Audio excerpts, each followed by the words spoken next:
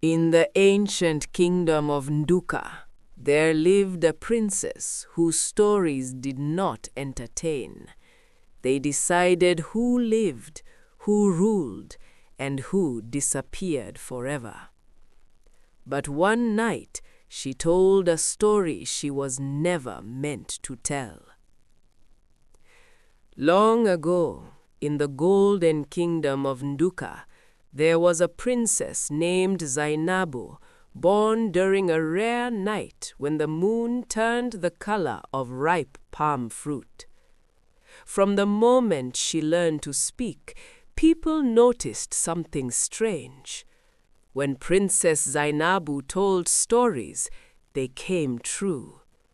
If she told a story about rain, the skies opened. If she told a story about peace, enemies laid down their weapons. If she told a story about loss, someone, somewhere, vanished from memory. Her father, the king, ordered that her gift be hidden. Stories are powerful, he warned, and power attracts fear. So, Zainabu was raised behind palace walls, allowed to tell stories only to the wind and the moon. But outside the palace, the kingdom began to suffer. Crops failed, rivers dried up.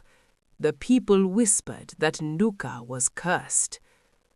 One evening, Zainabu overheard the palace elders planning something terrible.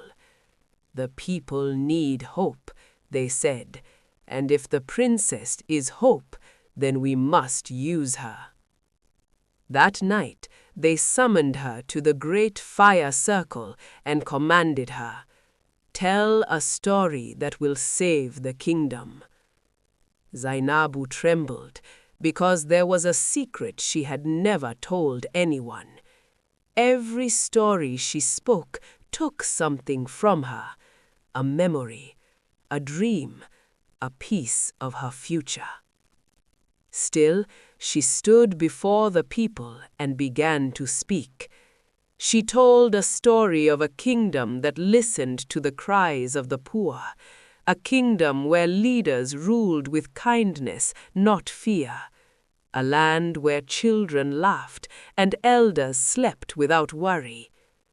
As she spoke, the ground softened, the rivers returned, the people wept.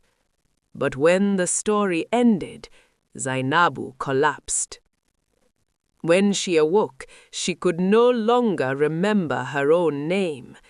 The elders panicked. "Tell another story," they demanded.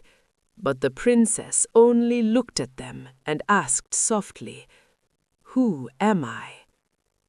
The people understood then. They had been feeding on her gift without caring for the cost.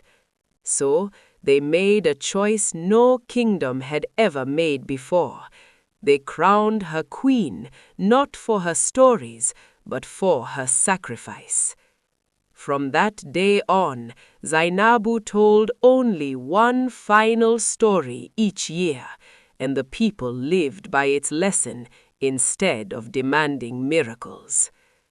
And the elders say, that is why the stories of Nduka still live today, because the most powerful stories are not the ones that change the world, but the ones that change people.